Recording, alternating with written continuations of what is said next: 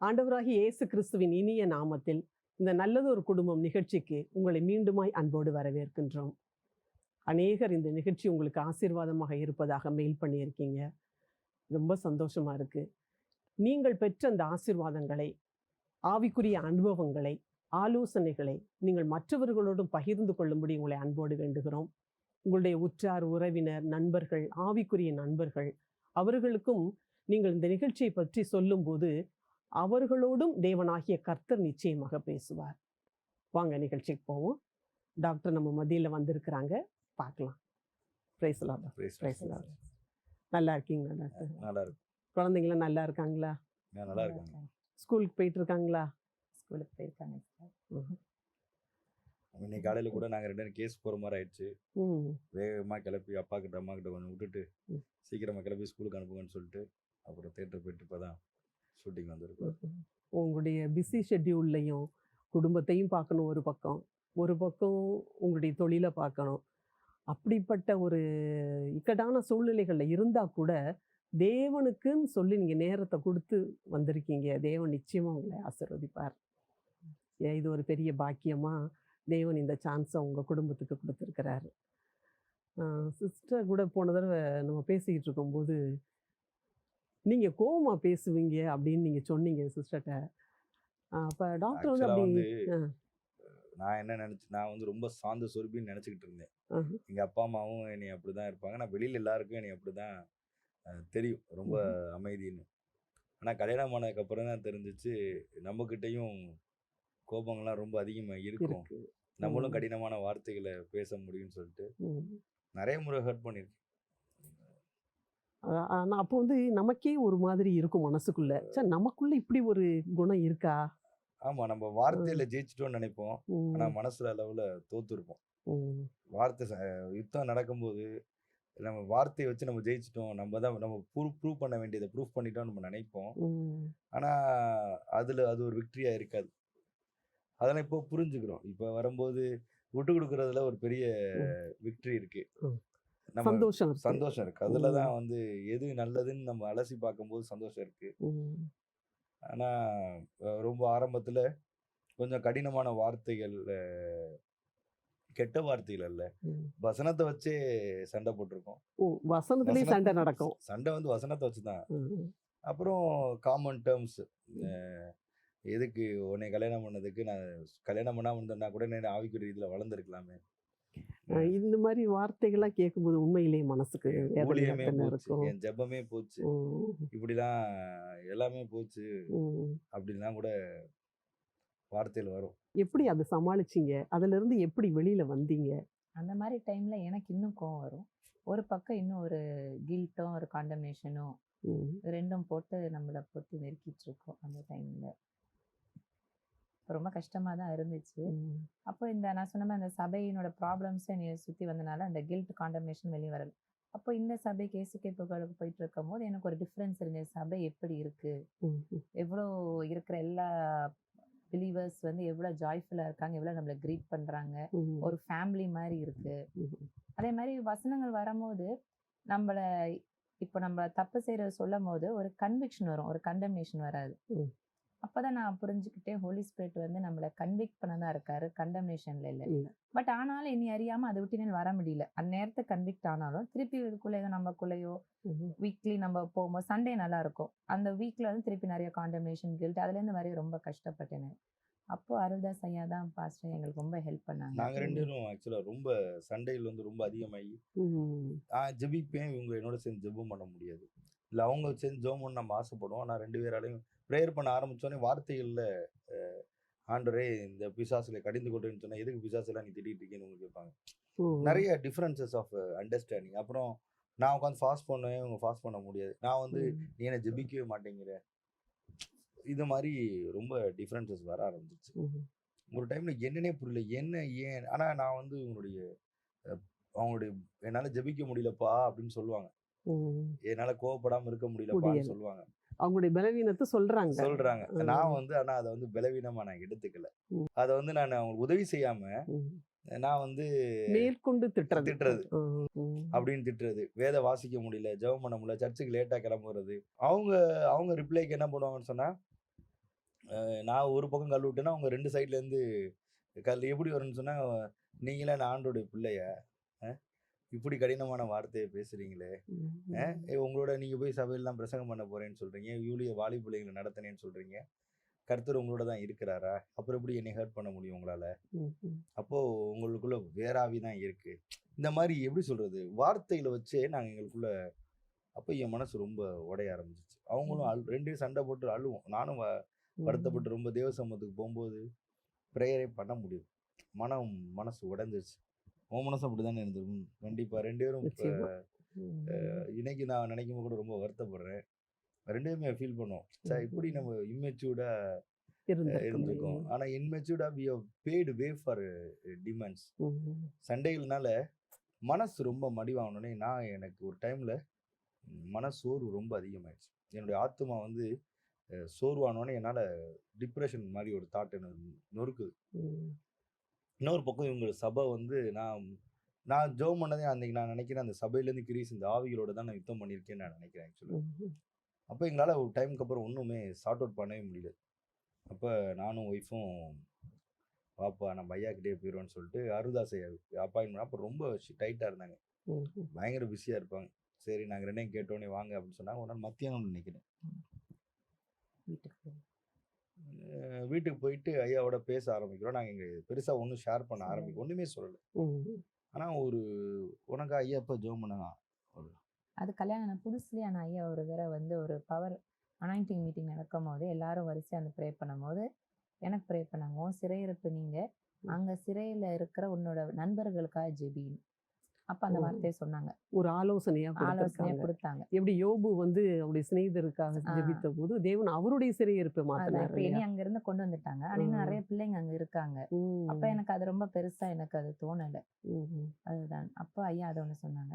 அப்புறம் அவங்க வீட்டுக்கு நாங்க போன டைம்ல வந்து நாங்க ஒன்றும் பெருசா ஷேர் பண்ணல. அப்ப அவங்களே வந்து எப்படி வந்து வேர்ட் ஆஃப் காடை வச்சு பிசாசு நம்மளை டிசீவ் பண்ணுவான், இந்த டிசெப்ஷன் பத்தி எடுக்க ஆரம்பிச்சாங்க. எப்படி ஏவாளுக்கு வந்து அதே வார்த்தையை எப்படி ட்விஸ்ட் பண்ணி அவன் சொல்லி அந்த பழத்தை காமிச்சான் அப்படின்னு. அதுக்கப்புறம் தான் நாங்க எங்களோட இதெல்லாம் ஷேர் ஐயாக்கு தெரியுது ஆக்சுவலா எங்களுடைய கான்டெஸ்ட் ஆஃப் ஃபைட்டு தெரியாது, இவங்க வந்து பேக்ரவுண்ட் தெரியாது. அந்த டைம்ல வந்து சர்ச்சுக்கு வரும்போது நாங்கள் ஆகஸ்ட் மாதம் போகும்போது இவங்க ஃப்ரெண்ட்ஸுக்காக எதுக்கு அவர் ப்ரேயர் பண்ண சொன்னா எல்லாமே ப்ராஃபஸி. வீட்டுக்கு போகும்போது நாங்கள் நிற்கும் போது அவங்க காமனாக பேச ஆரம்பிக்கும். நம்ம பேசிட்டு இருக்க மாதிரி எப்படிப்பா இருக்கீங்க, கல்யாண வாழ்க்கை எப்படி போகுது, ஏன்னா நாங்கள் ரொம்ப வருஷமா அதே சர்ச்சுக்கு போகிறனால இவங்களை பற்றி ஒன்றும் தெரியாது. அப்படி பேச ஆரம்பிக்கும் போது கரெக்டாக ஒரு பாயிண்ட் எடுத்தாங்க. ஒரு ஏவாளை பற்றி எடுத்துட்டு எப்படி வஞ்சிக்கப்படுதல் அப்படி எதுக்கு எங்ககிட்ட அந்த பாயிண்ட்டை பேசணும்னு தெரியல. பேசிக்கிட்டு இருக்க இவங்களுக்குள்ள ஒரு நல்ல ஒரு தெளிவு வரும். எங்க 2 பேருக்குமே நல்ல ஒரு ஆவியில ஒரு பெரிய தெளிவு. சார் எவ்வளவு தூரம் பிசாசுகள் ஒரு வஞ்சிக்குது, விடுதலையே கிடைச்சிருச்சு. கண்டிப்பா. அதுக்கப்புறம் எப்படி ஒருத்தர் கடிந்து பச்சிக்காம நீங்க இப்படி ஒருத்தர் பலவீனங்களை ஹெல்ப் பண்ணணும் அப்படின்னு. ஆமா, அது ரொம்ப உண்மை. அவர் பெரிய தெளிவா என்ன சொன்னாங்க, நீங்க எப்பா உன் பலவீனத்துல உதவி செய்யறதுக்கு தான் உனக்கு ஒய்ஃப், அவங்க பலவீனத்துல உதவி செய்யறதுதான் நீனு. ஒருவரோட பலவீனத்தை நீங்க எடுத்து வெளிப்படுத்தி சபைகளுக்கு முன்னாடியோ இல்ல மக்களுக்கு முன்னாடி வெளிப்படுத்துறதுனால உங்களுக்கு லாபம் என்ன? உன்னை நீ பலவானா இருக்கனாலதான் உன்னை தாங்கிறதுக்கு ஒரு பலவீனத்தை கொடுத்துருக்காரு. நீ பலவீனமா இருக்கிறது அவங்க உதவி செய்யணும். அப்படி போனாதான் குடும்பம் கண்டிப்பா நல்லா இருக்கும் அப்படின்னு சொல்லிட்டு நல்ல வல்லமையா எங்களுக்காக ப்ரேயர் பண்ணாங்க. ஒரு ஃபியூ வீக்ஸ்லயே எங்களுடைய ஜெபம் வந்து ப்ரேயர் வந்து தெளிவாக ஆரம்பிச்சிச்சு.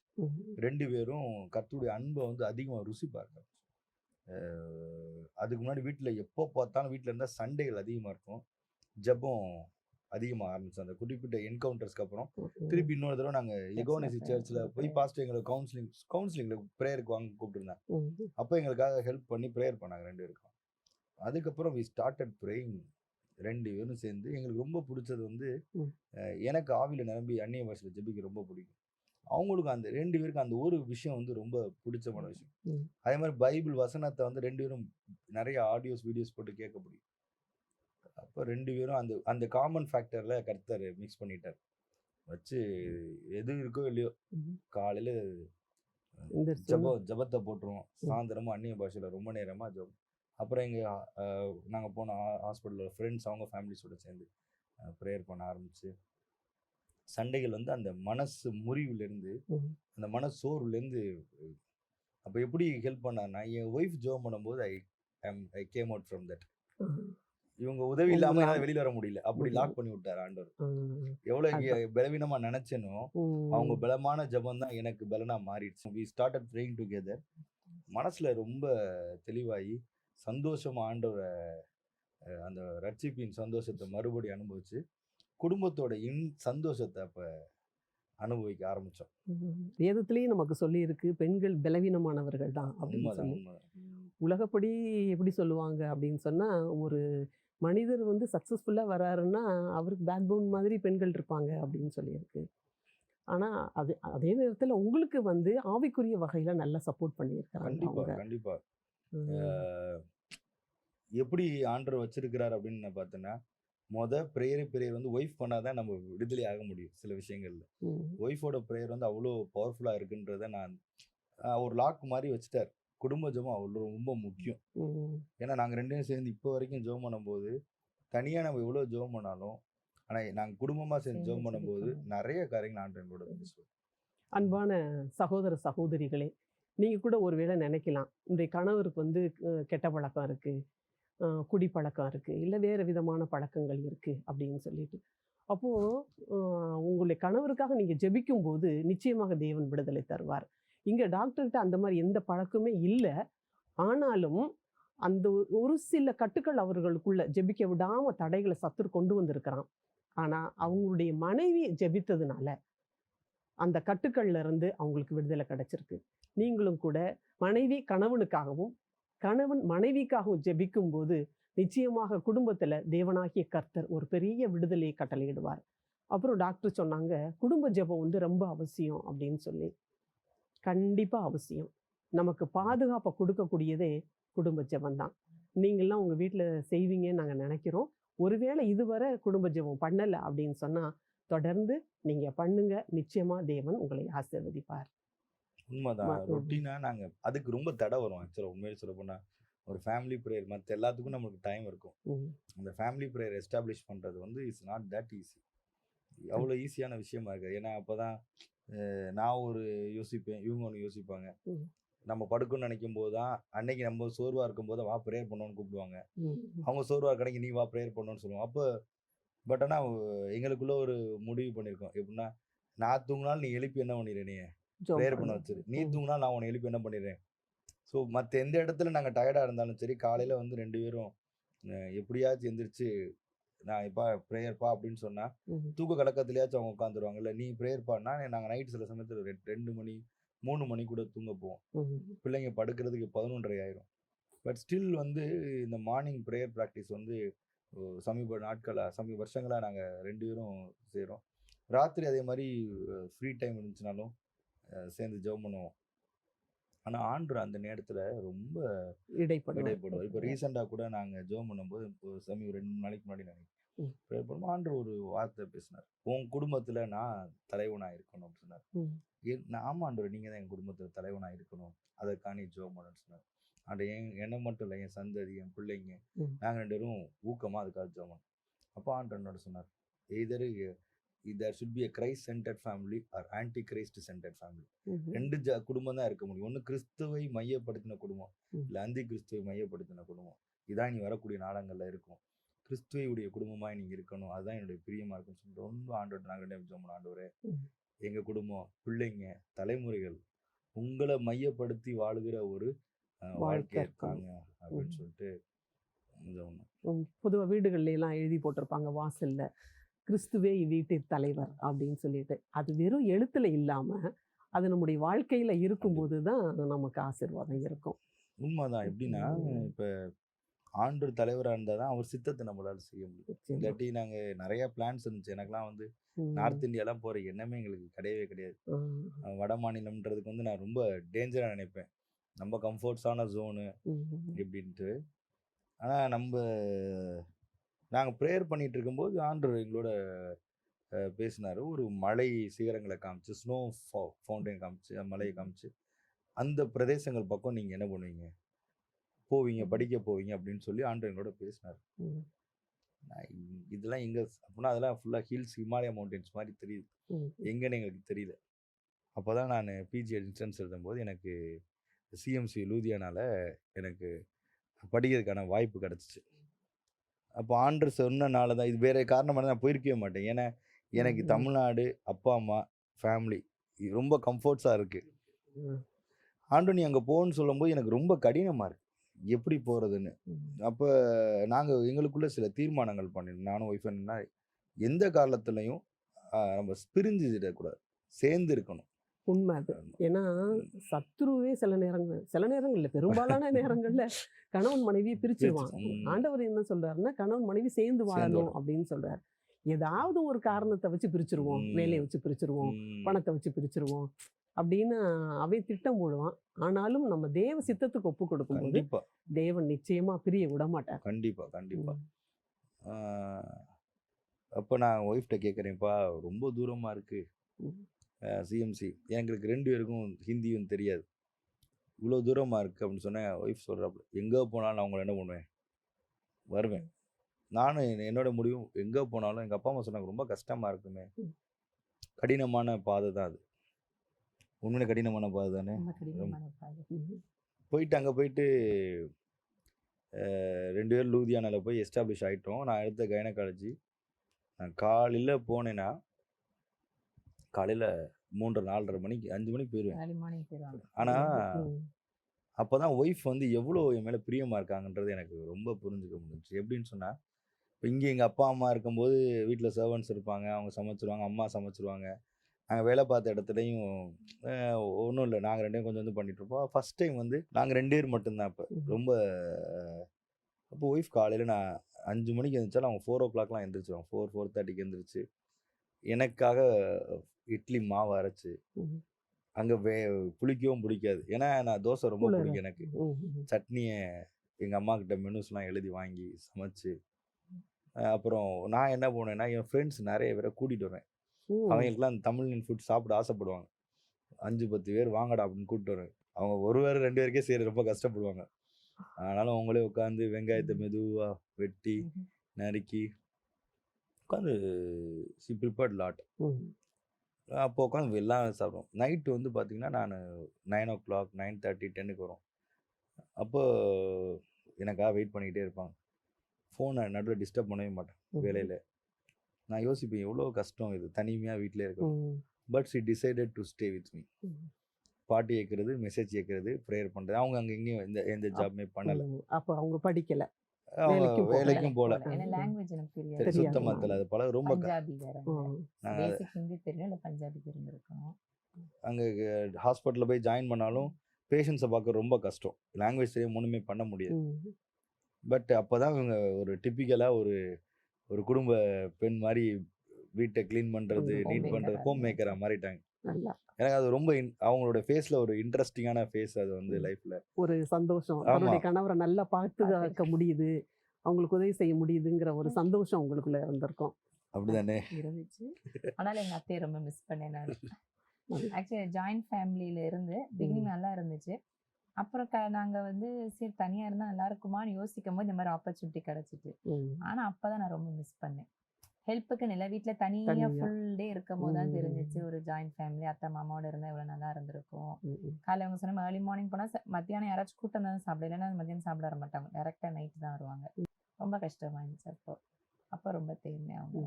அப்போ நாங்கள் என்ன பண்ணுவோம் அப்படின்னா, நைட் 9 o'clock அங்கே சம்மர்ஸ்லாம் வந்து 11 மணி வரைக்கும் வெளிச்சமாக இருக்கும். வந்து 9 மணிக்கு அப்புறம் தான் பைக் எடுத்துகிட்டு 2 பேரும் ஐஸ்கிரீம் கடைக்கு சாப்பிட போவோம். ஐஸ்கிரீம் போகிறது, இது பண்ணுறது. ஆனால் அப்பையும் எங்களுடைய எவ்வளோ லேட்டாக வந்தாலும் ப்ரேயர் பண்ணுவோம், பைபிளை வாசிச்சு 2 பேரும். அப்போ எங்களுக்கு குழந்தை இல்லை. அப்போ தான் வந்து எங்களுக்கு கல்யாணம் 2.5 years ஆயிடுச்சு. அப்போ ஒரு நாள் வந்து இங்கே ஒரு ஃபங்க்ஷன் காரைக்குடியில் இருந்துச்சு. நாங்கள் லீவுக்கு அந்த ஃபங்க்ஷன் வரோம். ஆல்மோஸ்ட் டிசம்பர் மந்த்தில் ஒரு பெரிய ஃபங்க்ஷன் இருக்குது. ஸோ நான் வந்து ரொம்ப கஷ்டப்பட்டு என்னோட ஹெச்ஓடிட்ட போய், மேடம் ப்ளீஸ் மேடம் ஒரு 5 days லீவ் கொடுங்கன்னு கேட்குறேன். 10 தடவை ரிஜெக்ட் பண்ணிட்டாங்க. 5 நாளாக உனக்கு கொடுக்க முடியாதுன்னு. ரொம்ப காலில் விழுந்து கையில் விழுந்து ஒரு 5 நாள் லீவை வாங்கி சந்தோஷமாக வந்து, எப்பா கஷ்டப்பட்டு லீவ் வாங்கிட்டேப்பா அப்படின்னு டிக்கெட்டை போடுவோம், ஃப்ளைட் டிக்கெட் போடுவோம். அப்போ அவங்க லீவ் கேட்டு முன்னாடியே கேட்கணும். டிசம்பருக்கு 1 month முன்னாடி கேட்கணும். நிறைய பேர் மீதி எல்லாருமே கிறிஸ்மஸ் நியூ இயர் போவாங்க. அப்போ இது சொல்ல நான் ஊருக்கு வரமாட்டேன் நான். ஏன்னா இங்கே இருக்க ஒரு ஃபங்க்ஷன் வந்து இவங்களோட கசினோட பேபியோட பேப்டிசம். நான் சொன்னேன், இப்போ போகிற இடத்துல எல்லாரும் என்னை கேட்பாங்க, பேபி இல்லையா பேபி இல்லையான்னு. இங்கே நம்ம தனிமையாக இருக்கு, நல்லா இருக்கு, யாரும் அந்த கேள்வி கேட்கல. நான் வரமாட்டேன், எனக்கு ஆண்டு பேபி கொடுக்குற வரைக்கும் நான் வரமாட்டேன் அந்த ஃபங்க்ஷன் சொல்லிட்டேன். இவங்க நம்ம டிக்கெட் போடணும், டிக்கெட் காஸ்ட்லியாக இருக்கும், அது லீவ் எனக்கு இவ்வளோ தடவை ரிஜெக்ட் பண்ணி இப்போ கொடுத்துருக்காங்க, இப்போ போய் நீ சொல்லு நம்ம ப்ரேயர் பண்ணலாம், ஆண்டு எனக்கு பேபி கொடுக்க நான் வரமாட்டேன்னு சொல்லிட்டு. அப்போ நாங்கள் ப்ரே பண்ணிட்டு இருக்கும்போது ஒரு நாள் ஆண்டு சொன்னார், உன் நிந்தனையை ரிப்ரோச்சை நான் புரட்டி போடுகிறேன், உன் நிந்தனையை நான் புரட்டி போடுகிறேன் அப்படின்னு ஆண்டு அந்த வார்த்தை எனக்கு கொடுத்தார். அதே போல் வந்து எங்கள் அப்பாவும் எனக்கு ஃபோன் பண்ணி அந்த அந்த அந்த வார்த்தை கிடச்ச ஒரு 2-3 நாள் டிசம்பரில் பிகினிங்கில் கங்க்ராச்சுலேட் பண்ணுறாங்க, ஆண்டு எனக்கு சொல்லிட்டார் உனக்கு இந்த மாதம் பேபி.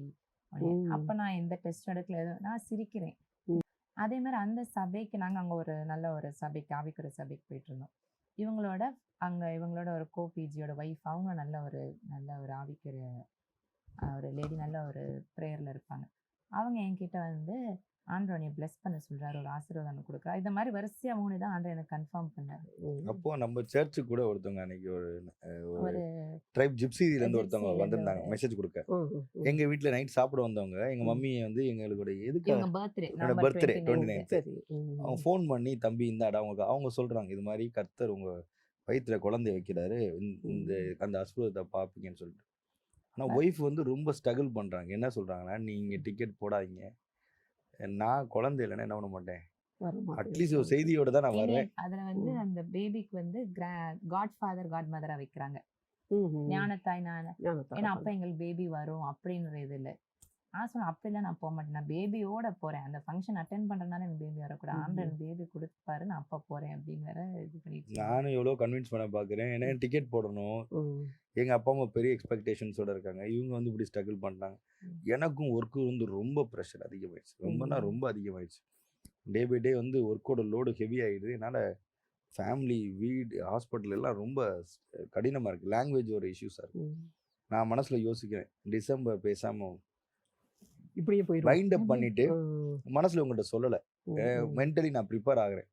ஆனால் ஆண்டு எங்கள் 2 பேர்த்தையும் அனுப்பும்போது ஒரே வசனம் தான் சொன்னார், உனக்கு இருக்கிற இந்த பலத்தோடு இப்போ உன்னை அனுப்புகிறவர் நான் அல்லவோ. இந்த வார்த்தை மட்டும் எங்களுக்கு வரலைன்னா உண்மையிலே நான் வந்திருப்பேன். அதே மாதிரி எங்கள் குடும்பத்திலே நாங்கள் 2 பேரும் சேர்ந்து இருக்கிறதுக்கான பெரிய காரணம் என்னன்னு பார்த்தா, கர்த்தர் எனக்கு இந்த விஷயத்தெல்லாம் பேசி உங்களை ஒய்ஃபாக இது இல்லாட்டி நான் ரகசியமாக தள்ளிவிட ஆலோசனை பண்ணியிருந்தான்னு சொல்லுவாங்க, அது மாதிரி நல்லா யோசிச்சிருப்பேன்.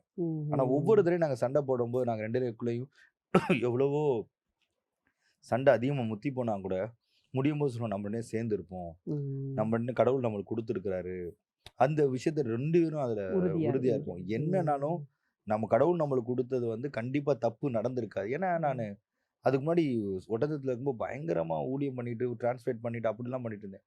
கல்யாணம் பண்ண ஆரம்பிச்சதுக்கப்புறம் எல்லாமே டோட்டலாக சாப்டர் க்ளோஸு.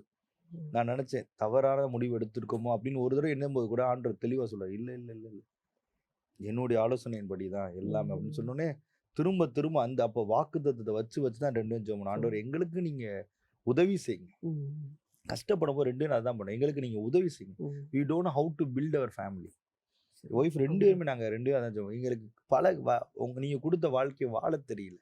நான் ரகசியமாக பிளான் பண்ணேன், இல்லைன்னா மூட்டை முடிச்செல்லாம் கட்டிட்டு நம்ம இந்த வார்த்தை மட்டும் இல்லைன்னா உண்மையிலே அன்னைக்கு நான் ஒடியாந்துருப்பேன் பாதி படிப்போட. ஆண்டவருடைய வார்த்தையில கட்ட போடும் போது மட்டும்தான் நம்ம வந்து நம்முடைய வாழ்க்கை நல்லா இருக்கும். கண்டிப்பா. ஏன்னா இப்போ நீங்க ஒரு வார்த்தை சொன்னீங்க, எப்படி வாழ்றதுன்னு எங்களுக்கு தெரியல அப்படின்னு சொல்லி. அதனால தான் நிறைய குடும்பங்கள் இன்னைக்கு பார்த்தோம்னா பிரிவினைகள்லாம் வந்திருக்கு. முதல்ல பிரிஞ்சிருவாங்க, மனதளவில் பிரிவாங்க, அப்புறம் அப்படியே பிரிஞ்சு போயிடுவாங்க. அதுக்கு பிறகு அவங்க நினச்சி பார்ப்பாங்க, நமக்கு வாழ தெரியலையோ அப்படின்னு சொல்லி. சிலர் என்ன செய்வாங்கன்னா, ஆண்டவருடைய கிருபையில் ஆண்டவருடைய பிள்ளைகளாக இருந்தால் வந்து சேர்ந்துருவாங்க. அப்படி இல்லைன்னா அவங்களுடைய வாழ்க்கையை வந்து வீணாக போயிடுது இல்லை. இப்போ நீங்கள் வந்து ஆண்டவரை அடித்தளமாக வச்சு வந்ததுனால ஆண்டவர்கிட்டே போய் கேட்குறீங்க, ஆண்டவரே எங்களுக்கு வாழ தெரியலையே, நாங்கள் என்ன செய்யறது அப்படின்னு. அதே மாதிரி ஃபேமிலிஸும் பேரண்ட்ஸும் ரொம்ப முக்கியம். இப்போ இவங்க அம்மாட்ட சண்டை போட்டு உங்கள் அப்பா அம்மாட்ட ஷேர் பண்ணான்னு வச்சோடனே அவங்க அப்பா அம்மா என்ன சொல்லுவாங்கன்னா, ஒழுங்கு மரியாதை அவர்கிட்ட போய் அவர் சொல்கிறபடி கேளுன்னு ஒரு இது கூட ரெஸ்பான்ஸ் அப்படி தானே கொண்டு போய் ஷேர் பண்ணி. எனக்கு தெரிஞ்சு இவங்க அம்மா கிட்டலாம் சப்போர்ட் பண்ணி இவங்களை திட்டு அப்படி வரவே மாட்டாங்க. எங்க 2 பேரும் ரீகன்சைல் பண்ண 2 பேரும் சேர்க்கதான். நீங்க 2 பேரும் பார்த்து முடிவு பண்ணிக்கங்க, நீங்களே எல்லா ப்ராப்ளம் சால்வ் பண்ணிக்கங்க. எங்க அப்பா அம்மா வந்து சம்பந்தமே இல்லாம தலையிட்டுக்கவே மாட்டாங்க. ரொம்ப சண்டை சத்தமா வந்துச்சுன்னா ஏன் வந்ததுக்கப்புறம் என்னைய திட்டுவாங்க. ஏன்டா அந்த புள்ள சின்ன புள்ள. கீழே வந்ததுக்கப்புறம் எங்கள் டேடி பயங்கரமாக திட்டுவார் என்னைய. உனக்கு அந்த பிள்ளைய வச்சு ஒழுங்கா இது பண்ணத்துலேயே இப்படி சண்டை போட்டுட்டு இருக்க. அப்பா அம்மா 2 பேருமே திட்டுவாங்க. நான் நினைப்பேன் இவங்கள கூப்பிட்டு சத்தம் போடுவாங்க. ஒண்ணுமே சொல்ல மாட்டாங்க. அதான் ஒரு நல்ல தாய் தகப்பன் வந்து நம்ம குடும்பத்துக்கு இருக்கிறது மிகப்பெரிய ஆசீர்வாதம் உண்மைதான். இல்லையா? ஏன்னா இப்ப நம்ம நடைமுறையிலேயே பார்க்குறோம். ஒரு கணவன் வந்து ஒரு மனைவி ஏதாவது பேசிட்டா அந்த பொண்ணு வந்து அம்மாட்ட சொல்லும். உடனே அம்மா அப்படியா அவங்கள பேசிட்டாங்க நீ வந்துரு அப்படிம்பாங்க. அந்த மாதிரி பிரிவினை உண்டாக்கக்கூடிய தாய் தகப்பன் இருக்கிற இடத்துல விட்டு கொடுத்து தான் போகணும் அப்படின்னு சொல்லி உங்க 2 பேரையும் ஒண்ணா இணைக்கிறதுக்கு அந்த தாய் தகப்பன் 2 பேருடைய தாய் தகப்பனுமே ரொம்ப முயற்சி எனக்கு எடுத்திருக்காங்க. தெரிஞ்சு இவங்க தூத்துக்குடி இத்தனை வருஷத்துல ஒரு ஒரு 15-20 தடவை கூட போயிருக்க மாட்டாங்க. ஆல்மோஸ்ட் நம்ம மேரேஜ் ஆகி எத்தனை வருஷம் போயிருக்கோம்? 11 இயர்ஸ்.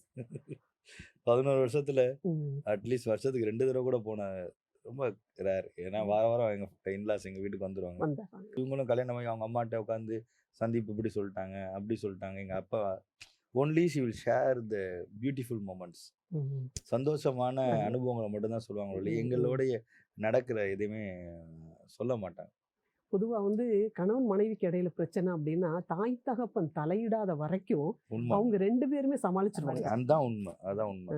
அவங்க தலையிடும் போதுதான் மாப்பிள்ளை வீடு என்ன சொல்லுவாங்க, தான் பிள்ளை அப்படிம்பாங்க. பெண் வீட்டார் என்ன நினைப்பாங்க, தாமாக. அப்படிங்கும்போது அந்த வேறுபாடு அங்க வர்றதுக்கு வாய்ப்பு இருக்கும். இல்ல இதுல இன்னொரு முக்கியம் என்னன்னா, எங்க அப்பா அம்மா வந்து இவங்கள மகளா மாத்திட்டாங்க. அவங்க அப்பா அம்மா வந்து என்னை மகனாக்கிட்டாங்க. இப்போ பிரச்சனை வந்துன்னு சொன்னா அவங்க வந்து எனக்கு சப்போர்ட் பண்ணுவாங்க, இவங்களுக்கு சப்போர்ட் பண்ண மாட்டாங்க. எங்க வீட்டுல சண்டை வரும்போது எங்க அப்பா அம்மா வந்து எனக்கு சப்போர்ட் பண்ண மாட்டாங்க, ஷெரினுக்கு சப்போர்ட் பண்ணுவாங்க. நீயே அந்த புள்ள வாலிப புள்ள, உன்னை நம்பி வந்திருக்கு, நம்ம வீட்டுல இருக்கு, நீ ஏன் திட்டுற? ரொம்ப எங்க அப்பா திட்டுவார், என்னை கண்டிப்பார். இப்போ கூட எங்க அப்பா கண்டிப்பார். சில சமயத்துல ஏதாச்சும் நான் பொறுப்பு இல்லாம இருந்துட்டேன்னா இப்போ கூட வார்ன் பண்ணுவார், நீ அப்படி பண்றது தப்பு, செய்யக்கூடாதுன்னு சொல்லிட்டு. ஆம், அன்பான சகோதர சகோதரிகளே, கணவன் மனைவிக்கு இடையில பிரச்சனை வரும்போது தாய் தகப்பன் அதுல தலையிடாமல் இருப்பது அவங்களுக்கு நல்லது. எல்லாவற்றுக்கும் மேலாக கணவனும் மனைவியும் ஒன்றாக இணைந்து தேவ சமூகத்துக்கு போகும்போது தேவன் நல்ல ஆலோசனைகளை கொடுத்து அந்த கஷ்டங்கள்ல இருந்து அவங்களை நீக்கிடுவார். இப்போ கூட டாக்டர் சொன்னாங்க, இந்த மாதிரி பஞ்சாப் பக்கம் வடநாட்டு பக்கம் இருந்தோம் அப்படின்னு சொல்லி. அப்புறம் இந்த லீவுக்கு இங்கே வர்றதா நீங்கள் சொன்னீங்க. நல்ல இன்ட்ரெஸ்டாக இருக்குது கேட்குறதுக்கு. இதை வந்து தொடர்ந்து அடுத்த எபிசோடில் நம்ம பார்ப்போம். உங்களுக்கு இது பிரயோஜனமாக இருக்கும் அப்படின்னு நாங்கள் நினைக்கிறோம். இப்போ நம்ம எல்லாரும் சேர்ந்து ஜெபிப்போம். டாக்டர் சொன்னாங்க. பரிசுத்த நல்ல தகப்பனே, ஆண்டவரே இசப்பா நீர் கொடுத்த அருமையான நல்ல நாளுக்காய் நன்றி செலுத்துகிறோம் ஆண்டவரே. ஆண்டவரே இந்த குடும்பத்தை பற்றி நாங்கள் ஆண்டவரே பேசுவது கொடுத்த கிருபைக்காய் நன்றி செலுத்துகிறோம் ஆண்டவரே. ஒவ்வொரு குடும்பங்களும் ஆண்டவரே கட்டப்படுவது உங்களுடைய சுத்தமாக இருக்கிறபடிக்காய் நன்றி ஆண்டவரே. மனிதன் தனிமையாக இருப்பது நல்லதெல்லாம் ஏற்ற துணையை ஏற்படுத்தின தேவன் நீர் ஏசப்பா. ஒவ்வொரு குடும்பத்தில் ஆண்டவரே நீரே தலையாக இருந்து வழிநடத்த வேண்டும்படிக்காய் ஜெபிக்கிறேன் ஆண்டவரே. அந்த குடும்பங்களில் பிரச்சனைகள் ஆண்டவரே, டிஃப்ரென்சஸ், இண்டிவிஜுவல் டிஃப்ரென்சஸ், அவங்க ஆண்டவரே போராடுகிற எல்லா போராட்டங்களில் ஆண்டவரே ஒரு விடுதலை தர வேண்டும்படிக்காய் ஜெபிக்கிறேன் ஏசப்பா. தனிப்பட்ட விதத்திலே ஆண்டவரே காண்டம்னேஷன் கில்ட்டில் போராடுகிற ஒவ்வொரு ஆத்மாவை ஆண்டவரே நீங்கள் கன்விக்ட் பண்ணி ஆண்டவரே உங்களுடைய அன்புக்குள்ளும் கிருபைக்குள்ளும் வழிநடத்த வேண்டும்படிக்காய் ஜெபிக்கிறேன் ஏசப்பா. ஆண்டவரே அந்த குடும்பங்களை கட்டி ஆண்டவரே நீரே உங்கள் ராஜ்யம் மகிமைக்கென்று வல்லமை எடுத்து பயன்படுத்த வேண்டும்படிக்காய் ஜெபிக்கிறேன். நீர் ஒருவரை மகிமைப்படுங்க. இயேசு கிறிஸ்துவின் ஜெபத்திற்கு நல்ல பிதாவே, ஆமென். அன்பான சகோதர சகோதரிகளே, அருமையான டாக்டர் தம்பதிகள் அவங்களுடைய வாழ்க்கையில் நடந்த காரியங்கள் ஒவ்வொன்றையும் நம்மளோட ஷேர் பண்ணியிருக்கிறாங்க. இவங்க சொன்ன காரியங்கள் மூலமாக நீங்கள் அநேகர் ஆசீர்வதிக்கப்பட்டு இருப்பீர்கள், நாங்கள் விசுவாசிக்கிறோம். அந்த ஆசீர்வாதங்களை எங்களுக்கு இமெயில் பண்ணும்படி உங்களை அன்போடு வேண்டுகிறோம்.